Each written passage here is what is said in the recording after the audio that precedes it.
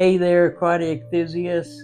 Today we're going to dive into the topic that can truly transform the look and feel of your aquarium, changing your substrate. Welcome back to DBC Aquatics. If you're looking to give your tank a fresh new vibe or enhance the health of your aquatic buddies, changing your substrate might be the perfect solution. So why change your substrate? Well, for starters, it can significantly impact the aesthetics of your aquarium. Different substrates come in various colors, sizes, and textures, allowing you to create a unique underwater landscape. Not only is it visually appealing, but the right substrate can also promote a healthier environment for your aquatic friends.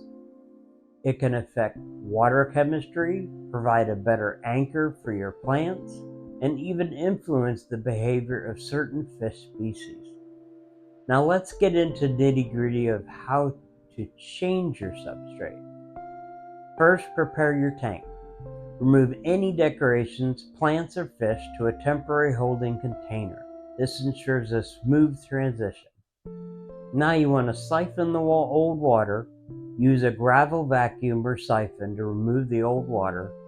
This will help eliminate debris and prevent cloudiness in the water.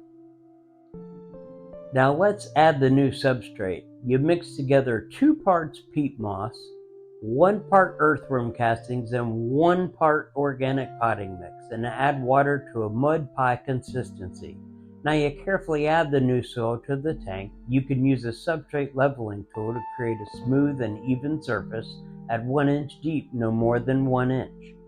Add 2 inches on top of that soil of play sand. Then add the water into a bowl or plate which is on the aquarium so the water does not disturb the sand cap. Add 75% plants into your tank and add your fish right away. And there you have it. Changing your substrate can be a rewarding and transformative process for both of you and your aquatic pals.